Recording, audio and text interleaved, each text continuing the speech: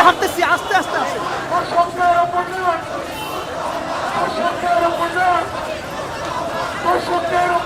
শফিকুর রহমান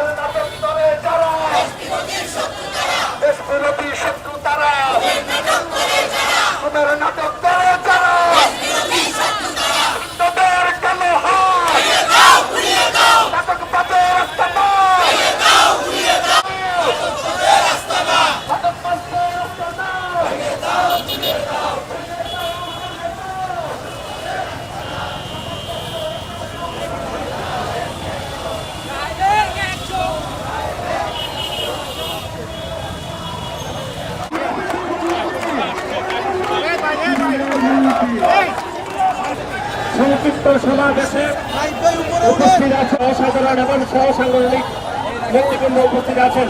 সভাপতি গণেশ চন্দ্র রায় সহ সংগ্রামী সাধারণ সম্পাদক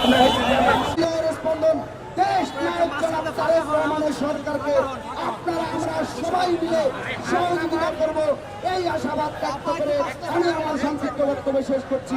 ধন্যবাদ। বিপ্লবী সভাপতি গণেশ চন্দ্র রায় সহ সংগ্রামী সাধারণ সম্পাদক নাইদুজ্জামান শিবন সহ সংগ্রামী নেতৃবৃন্দ, সবাইকে জাতীয়তাবাদী ছাত্রদল কেন্দ্রীয় সংসদের পক্ষ থেকে ধন্যবাদ এবং কৃতজ্ঞতা। এর বক্তব্য শুনে প্রচন্ড গরম, এর মধ্যে যারা মিছিলে অংশগ্রহণ করেছেন সেই গণতন্ত্রকামী জাতীয়তাবাদী শক্তির প্রত্যেকটি নেতাকর্মীকে আবার আন্তরিক ধন্যবাদ এবং কৃতজ্ঞতা। দেখুন, যেই বিষয়টি নিয়ে আমরা আজকে বিক্ষোভ করছি সেই বিষয়টি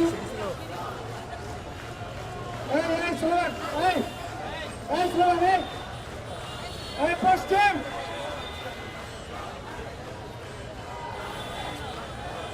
দু তিন মিনিট সেই যে এই বিষয়টি একটি নির্দিষ্ট মানের হিপোক্রেসি, কপটতা এবং ভণ্ডামি, ঠিক না? কিন্তু শিবির যে ভণ্ডামিটি করেছে সেটি উৎপত্তি কোথা থেকে? শিবিরের যে আদর্শিক নেতা আবুল আলা মওদুদী, সেই মওদুদীর ইতিহাস থেকে আপনারা শুরু করবেন। আজকে পর্যন্ত জামাতের যতটুকু ইতিহাস, পুরা ইতিহাস ভণ্ডামির ইতিহাস, পুরা ইতিহাস।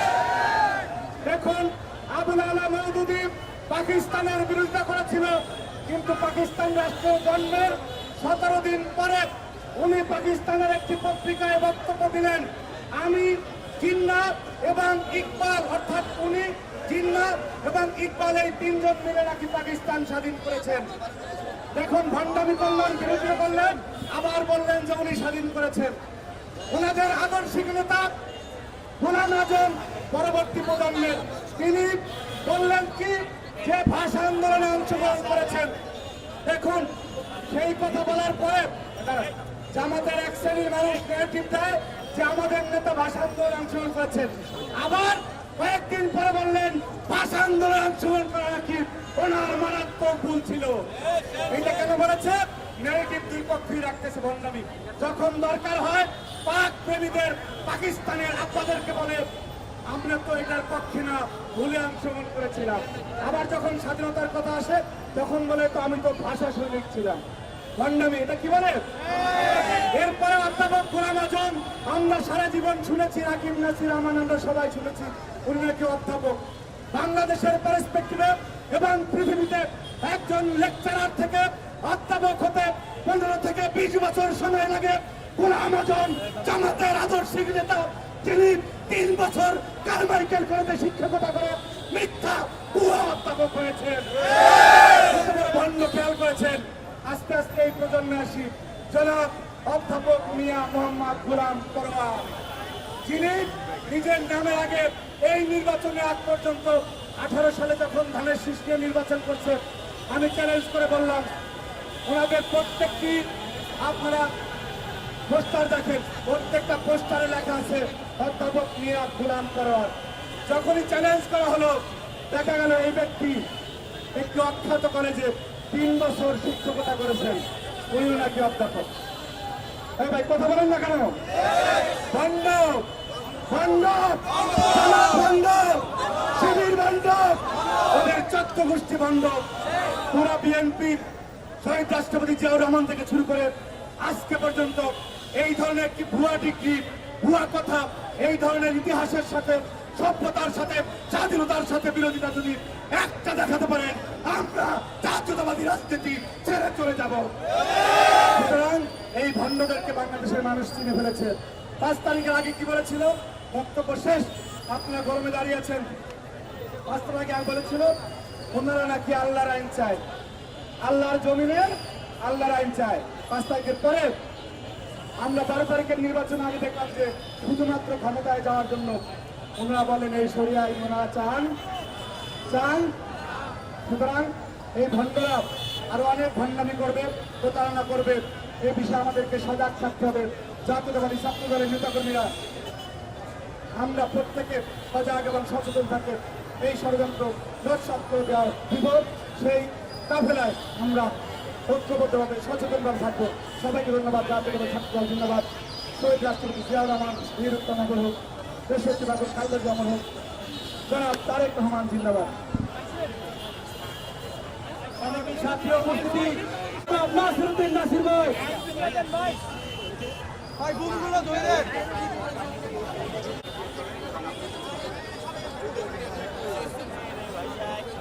প্রতিবাদে বাংলাদেশ জাতীয়তাবাদী ছাত্রদল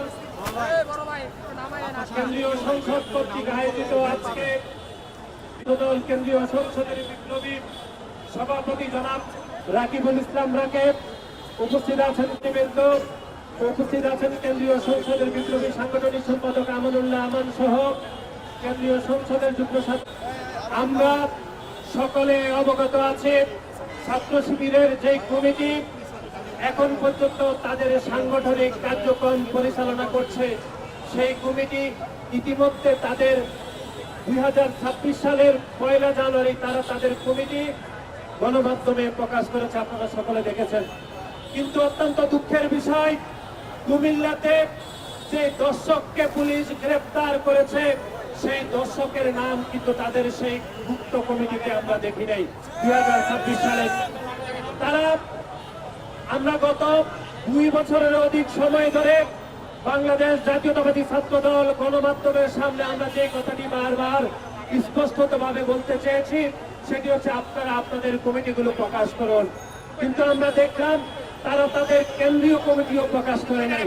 কিন্তু যখন তারা ঘুমের নাটক মঞ্চস্থ করেছে তখন তারা গণমাধ্যমে বলেছে সেই বিচার নাকি তাদের কেন্দ্রীয় কমিটির সহকারী আন্তর্জাতিক সম্পাদক। যদি সে এরকম একটি কাজ না করত, এরকম বিতর্কিত কাজ না করত, ঘুমের নাটক না করত, তাহলে আমরা জানতেই পারতাম না যে জিসান ছাত্র শিবির কেন্দ্রীয় সংসদের সহকারী আন্তর্জাতিক সম্পাদক। সুতরাং আমরা মনে করে তারা গুপ্তভাবে রাজনীতি করে, তারা যে উদ্দেশ্য হাসিল করার অপচেষ্টা গত 2 বছরে করেছিল সেটি ইতিমধ্যে প্রকাশিত হয়েছে। তারা তাদের এই অপরাধ প্রবণ করার মাধ্যমে সেই গুপ্ত একজন শিবিরের পরিচয় আমরা আজকে গণমাধ্যমে জানতে পেরেছি।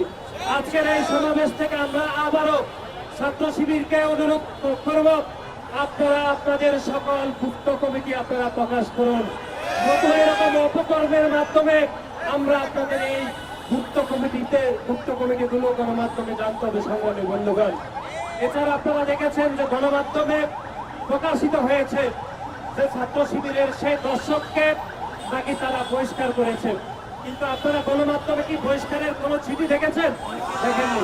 তারা সেই চিঠিকেও তারা গুপ্ত রেখেছে এবং তাদের প্রচার সম্পাদক এসএম ফরাদ গুপ্তভাবে সাংবাদিকদেরকে সে বহিষ্কারের চিঠি তারা দিয়েছে বলে আমরা প্রাথমিকভাবে জানতে পেরেছি। সংগ্রামী বন্ধুগণ, সেই গুপ্ত সংগঠনের প্রচার সম্পাদক গণমাধ্যমকে জানিয়েছেন যে প্রেম করার অপরাধে নাকি সেই দর্শক জিসানকে তারা বহিষ্কার করেছেন। কিন্তু আমরা মনে করি দর্শন এবং ভ্রূণ হত্যাকারীর অপরাধের জন্য তারা কোনো বিচার করেনি, সেটি তারা তাদের গুপ্ত প্রেস রিলিজে প্রকাশ করে নাই। তাহলে আমরা বুঝলাম যে প্রেম করার অপরাধে তারা বিচার করে, কিন্তু ভ্রূণ হত্যা এবং দর্শনের অপরাধ তাদের কাছে কোনো অপরাধ বলে আমরা মনে করি না, যেটি তাদের গণমাধ্যমে আমরা দেখেছি। সংগ্রামী বন্ধুগণ, আপনারা দেখেছেন যে গত 2 দিন ধরে তারা সামাজিক যোগাযোগ মাধ্যমে কিরকম নাটক মঞ্চস্থ করেছে, যে গত 17টি বছর যে বাংলাদেশ জাতীয়তাবাদী ছাত্রদল সহ বাংলাদেশের গণতান্ত্রিক আইনে অসংখ্য মানুষকে গুম করা হয়েছে। সেই গুমের নাটক মঞ্চস্থ করে অতীতে যারা গুমের শিকার হয়েছিল সেই গুমকে তারা অপমান অপদস্থ করেছে সংগ্রামী বন্ধুগণ। এবং আমরা গণমাধ্যমে দেখলাম যে জামাত ইসলামের আমির যখনই কোনো নাটক মঞ্চস্থ হয় তখন তিনি গণমাধ্যমে এবং সামাজিক যোগাযোগ মাধ্যমের ওনার ভেরিফাইড আইডিতে তিনি নাটক মঞ্চস্থ করেন, মিথ্যা প্রপাগান্ডা ছড়ান। এবং অনেকেই বলছেন এ পর্যন্ত তিনি শতাধিকেরও অধিক তিনি সামাজিক যোগাযোগ মাধ্যমে তিনি ভুয়া মিথ্যা প্রপাগান্ডা করেছেন। এবং গতকালও তিনি তার সামাজিক যোগাযোগ মাধ্যম যেটি নাকি ভেরিফাইড, সেখানে তিনি জিসানকে বলেছেন যে গুম এবং অপহরণ করেছে সরকারি বাহিনী। সুতরাং আমরা মনে করি এরকম একজন ব্যক্তি যার কাণ্ড জ্ঞান এত সীমারেখার নিচে, তিনি কিরকম করে জামাত ইসলামের আমির হয়ে থাকেন এটি আমাদের কোনোভাবে বোধগম্য নয়। আপনারা দেখেছেন অন্তত 5 তারিখের পরে আমরা কয়েকটি উদাহরণ দিচ্ছি যে তিনি তার সামাজিক যোগাযোগ মাধ্যমে এরকম করে মিথ্যা প্রোপাগান্ডা ছড়িয়ে বাংলাদেশ জাতীয়তাবাদী দল এবং বিএনপি নেতা কর্মীদেরকে তিনি বিভ্রান্ত করেছেন, জনগণকে তিনি বিভ্রান্ত করেছেন। আপনারা গতকালই দেখেছেন যে উনি সামাজিক যোগাযোগ মাধ্যম যেটি পরে গণমাধ্যমে প্রকাশিত হয়েছে। এর আগে আমরা দেখলাম, আপনাদের মনে রয়েছে যে গাজীপুরের শ্রীপুরে একজন মাদ্রাসা শিক্ষকের ছাত্রীকে অপহরণের বিষয়ে তিনি বাংলাদেশ জাতীয়তাবাদী ছাত্রদলের নেতা কর্মীকে দোষারোপ করে তিনি সামাজিক যোগাযোগ মাধ্যমে স্ট্যাটাস দিয়েছিলেন 17 এপ্রিল, যেটি পরক্ষণে যে বাংলাদেশের গণমাধ্যম ভুল প্রমাণ করেছে জামাত ইসলামের আমিরকে। এবং আপনাদের মনে রয়েছে নির্বাচনের আগে পাটনাতে আসছে গুলি প্রদর্শন করেছিলেন, আগ্নেয়াস্ত্র প্রদর্শন করেছিলেন। তিনি সে বিষয়েও আমরা দেখেছি যে 11 জুলাই তিনি তার সামাজিক